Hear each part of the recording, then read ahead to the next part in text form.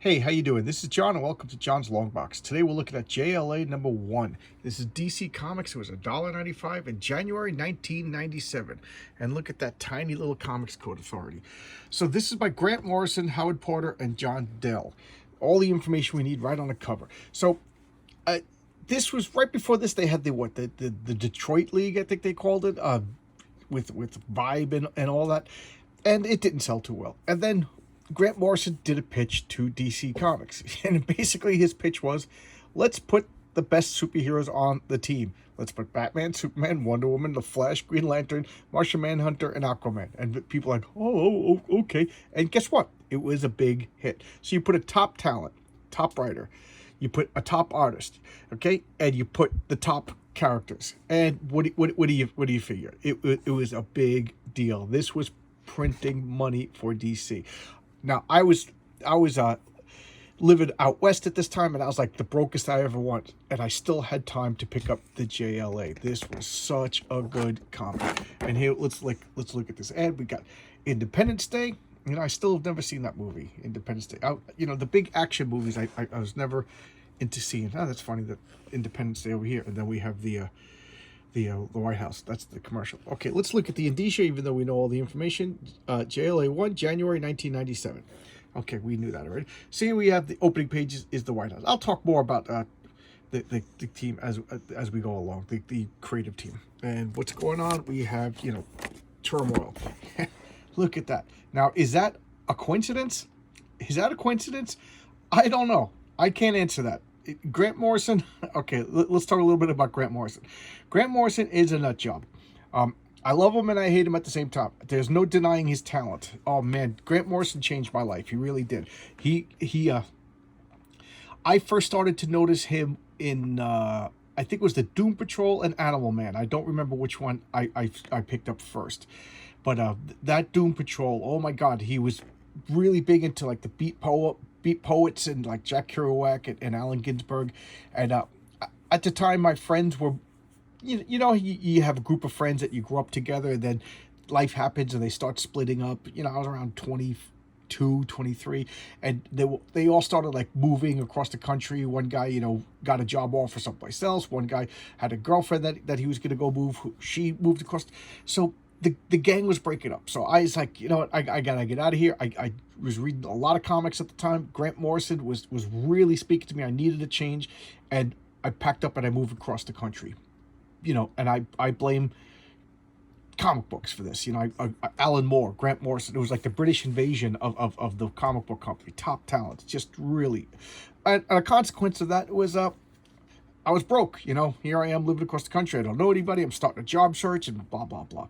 So, but I still had time for this because I was very loyal to Grant Morrison, and he claims to be a wizard. And he claims to make spells, stuff like that. So I could see, if you would ask Grant Morrison, he'd be like, yeah, I conjured this up from the zeitgeist of the Independence Day movie. I can see him doing that. Him and Alan Moore have been feuding for years. And knowing Alan Moore, it could be a publicity stunt. Alan Moore is like a famous contrarian. He just likes to shock people. I don't even know if he believes the stuff that he says. I think he just likes to say it to shock people. And he's supposedly casting spells at Grant Morrison. Grant Morrison's supposed to casting spells. I don't know. I'm ranting and raving already because my excitement over Grant Morrison cannot be contained. So here we have alien threat targeting the White House, and here we have the superheroes that are responding. So here we have, that's Metamorpho. Oh, who is that? Killer Frost. So this is like the that's Atom Smasher. And here comes Superman, mullet-headed Superman. Look at mullet-headed Superman. It's just come flying in. I just like when the S is big on his chest. It's very heroic. And look at the superhero pose. Who is that? Is that I don't even know who that is, but that's Checkmate. So they're pulling out all the popular stuff at the time.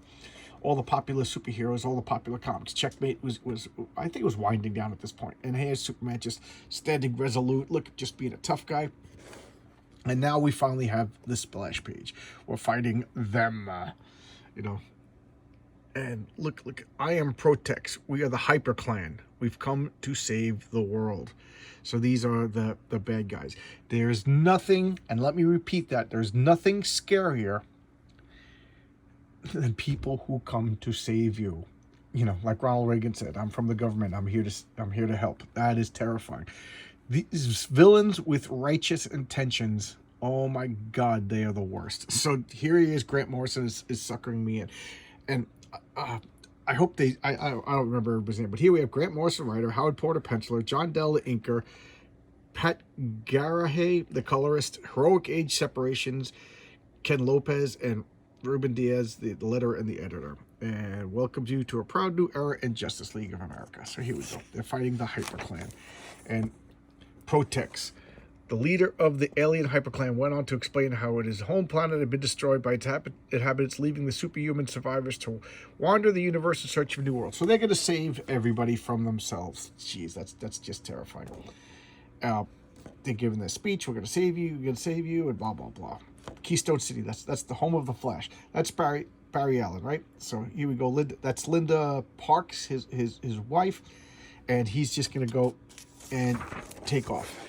Here we have Gateway City, home of Wonder Woman. And what is Gateway City?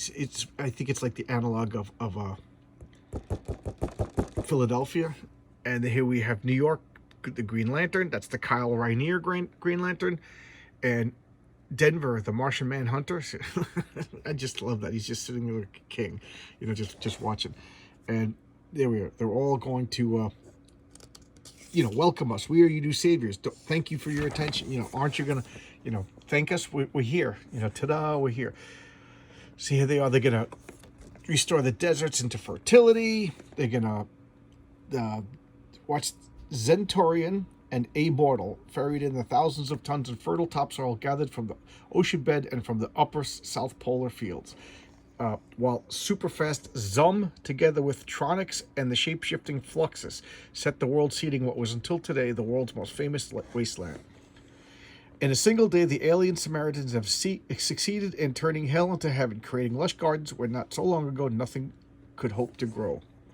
A rainstorm loaded with honey and wine provided a celebratory climax to the day's events, and one looked up the faces of these local children summed up the feelings. So here we go. They're the saviors. And now they're like, Superman's not so, he's being a wet blanket. What's going on? And they're like, people like, Superman, why didn't you guys do this stuff? You could have done this. And, truth be told, there's some argument to that.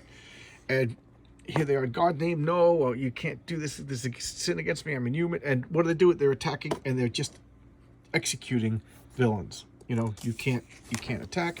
So, Superman's not going to stand for that. And here's Metamorpho. Like, we got to let these people come and just, like, kill people without a trial. Say what you want. Oh, look at all these ads. Video game. Are we going to have, like... I know I'm going through this fast because my wife's waiting for dinner. But, they're just executing criminals now. And, there's a lot to be said for, like, swift justice. And, like, there's a guttural human want and desire and need to just see justice meted out. But, like I said in the previous video, I'm kind of individualistic. We got to have due process. We got to protect ourselves from the righteousness, from the governments of this world, from the people, the do-gooders. Like, what was it? Why can't the guy who wrote C.S. Lewis said, the worst of all tyrannies is the tyranny that'll try to rule you with justice, and because they will, in their zealotry and whatever. I know I'm messing this up, but you'll get the point. They'll never stop oppressing you for your own good. In their moral righteousness, they will never stop.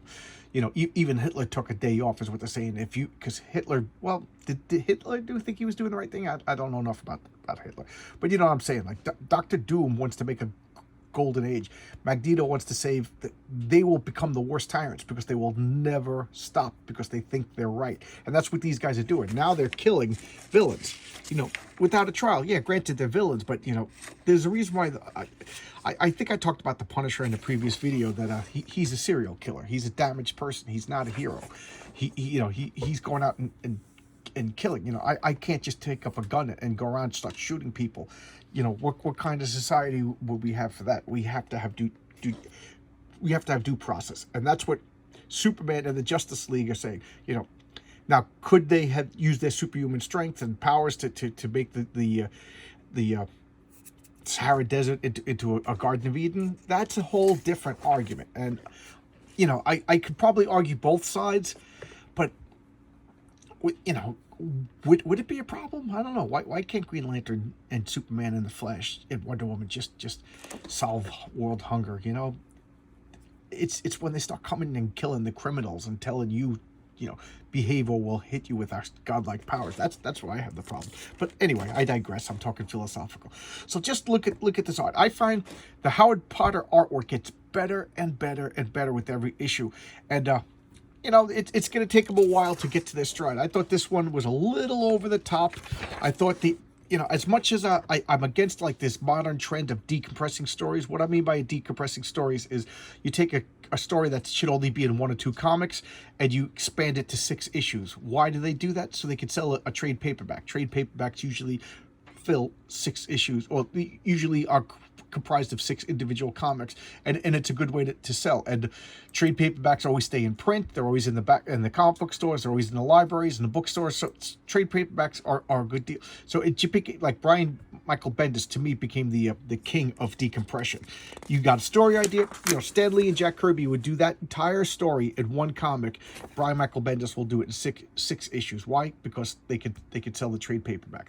Now, I don't like that.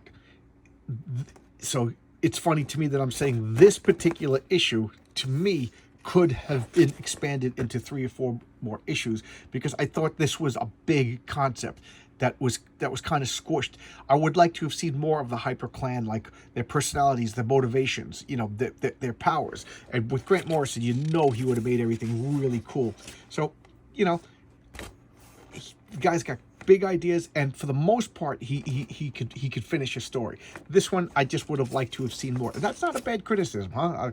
I would like to have seen more of your writing. I would like to have seen more of your story. Whereas, you know, Brian Michael Bendis, I would have been like, come on, guys, speed it up. You know, I don't need to see 6 pages an issue of people sitting in the diner eating blueberry pie, disgusting things. You know, it's comic book. So here they are. They're fighting the Hyper Clan, and the Hyper Clan, they are shocked by the resistance to their plans to make the earth a paradise, to end, not, they want to end hunger, they want to end homelessness. These are noble goals. They also want to end crime, and that sounds good until you think, like, what does it mean by ending crime? Well, it means killing all the criminals. Okay, well, is crime gone? No, because then the next guy steps out of line, zap, that guy gets killed too. Where does it end? You know, you always read those science fiction stories where the AI robot realizes that the best way to end crime is to kill off all humanity. So does that happen? I just stopped myself from saying stuff like that. I'm getting better. So now the Justice League has to protect the Earth from the so-called saviors. I think that's a great concept. And notice who's not here? Well, there's Batman showing up. And they're kind of like, how is Batman going to react to this? He goes, I like this. Strange, I didn't detect your heartbeat. The gadget worked. Are you able to detect microwaves? No problem. Okay, I released this. This is war. So here is Batman showing up. Green Lantern's raising his fist. Now, here's the problem. There's going to be a lot of people on the Earth that like the Hyper Clan. They like the gifts. They like, you know, rule me harder, daddy. You know, I'm at the risk of alienating some of my viewers, but some of the people, just like during this COVID, they like the government telling them, you can't go outside, you can't go to work, you're not essential, stay home. You know, why did you like that? You know, God save us from the people who just want to protect us. You know, we're supposed to be free Americans that can make up our own minds to do what we want, but unless there's a problem, you know, so are we really free? End of rant. All right, back to this JLA. This was a breath of fresh air. It was grand concepts. It was, you know, cinematic is the great word, because I think this predated the Ultimates, where the Ultimates was like, we're going to be a cinematic comic books, you know, comic books with a movie feeling. But this did it first. This was a blockbuster movie. I mean, again, I don't know if here we have Independence Day. Remember that big scene of the spaceship blowing up the White House, and then we go right to the White House, and then we go right to a spaceship over the White House. Like, was that synchronicity? Was Grant Morrison copying? I don't know. I can't answer that question. I don't remember. My long-term memory's getting fuzzier in my dotage.